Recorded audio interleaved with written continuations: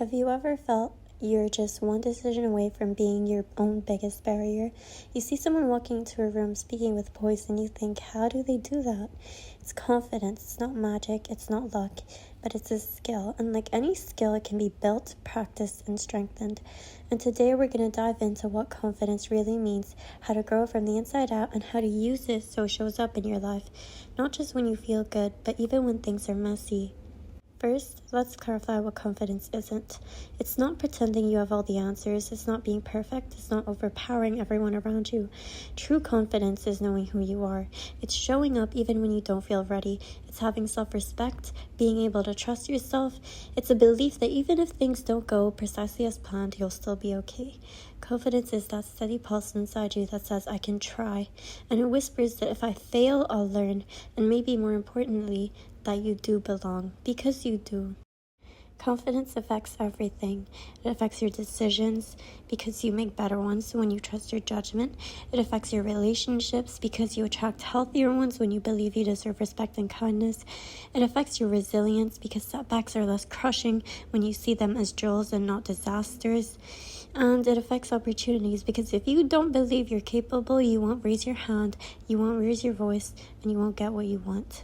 Without enough confidence, you'll undervalue yourself, you'll settle for less, or you'll stay silent when you have something to offer. To build confidence, you've got to understand where it's rooted from. And there's three main sources. Your competence. When you build skills, when you practice, you grow confidence. Each time you try, each imperfection, you gain momentum, and over time you accumulate evidence that you can do things.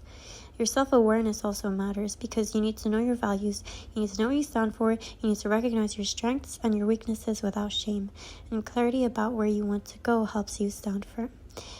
Also, you need support and feedback. You don't grow in a vacuum. You need encouragement, you need honest feedback, and you need people who see you. These all matter, and sometimes mentoring or coaching helps you see what you can't see in yourself. If you're not feeling confident, you're not alone, but these are common hurdles. There's fear of failure. What if I mess up? What will people think? There's imposter syndrome, feeling like you're just pretending that sooner or later someone will catch you out. There's comparison, where you scroll through snapshots of other people's lives and think everyone's ahead of you. And there's your critical inner voice, which is the story you tell yourself about what you should be doing or what you should be. And understanding that you have these barriers is the first step, because once you identify them, you can start pushing back. And let's get into how you can start pushing back. First of all, you need to stretch beyond what feels comfortable. You need to do tiny things that scare you, and you need, like speaking up once in a meeting or sending a message that you've been hesitating over. Try something new that nudges your edges, because each stretch builds a muscle. You need to set achievable goals with clear metrics. Break big ambitions into bite-sized wins. If your goal is to speak better in front of people, start with one friend, then a small group, and then large gatherings. And you need to track your progress and celebrate the milestones. Progress isn't linear. If you do not track it, it makes it seem like you're going back in time. Third of all, you need to practice self-compassion. You need to be kind to yourself. When you mess up, you talk to yourself as you would a friend. You don't need to be harsh to be effective. The entire world will be harsh to you. You do not need to do that for yourself. Admitting your mistakes does not mean you're weak. It just means you're human. You need to challenge your negative self-talk. And when your mind says you're not good enough, you need to look for evidence. Is there another way you can look at this? You need to replace you can't do something with you can try, you can learn, you can ask for help. You need to visualize your success in a grounded way. You need to not just picture the glamorous end result, but you need to imagine the steps, including where you might fall. You need to imagine yourself doing well, but also see how you would recover from your slip-ups. Visualization is more useful when it's honest. You need to build your competence. Study, practice, seek feedback. If you want to be a better speaker, take a class, record yourself, or critique yourself, because the more you do the things, the more your confidence rises as a byproduct. Build a support ecosystem. Surround yourself with people who believe in you, who challenge you when necessary, but also lift you up. Let others see your goals and struggles because there is strength in vulnerability.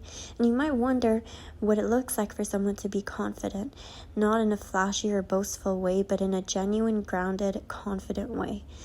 And here are some signs. They're not afraid of pausing. Silence is a conversation that doesn't fluster them.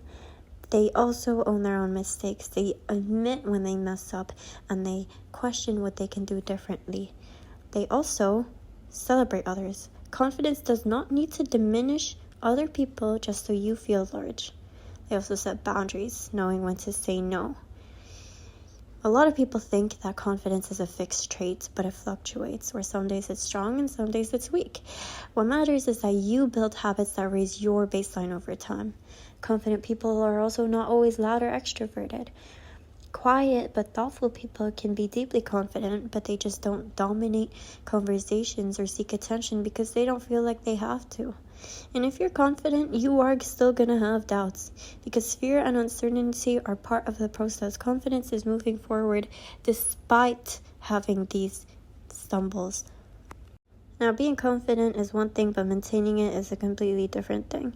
Life is going to throw you challenges. So you need to keep going. You need to regularly reflect, get a journal, do something cringe like that. What went well? What surprised you? What could you do differently? It's not cringe when it's helping you move forward. That was a joke. Celebrate wins. Every time you speak up, try something new or confront a fear, you win. You need to mark it, you need to acknowledge it, you need to say, I did this. You need to stay curious because curiosity allows you to learn instead of judging. When things go wrong, ask questions. Why did this happen? What do I learn? You need to stay consistent with your growth habits. Those small steps, those challenges, those kindnesses to yourself add up. Even if it's tiny, do something that stretches you. And check in with your purpose or your values. When you slip up, it's because you drift off from what really matters to you. It's important to reconnect with your values and why you want confidence in the first place because it gives direction. So you need to pick one thing you've been avoiding because you think you're not ready. You need to do it. Even if you're not doing it properly, you still need to do it. And then you're going to write down 2 strengths you have and 2 ways you want to grow.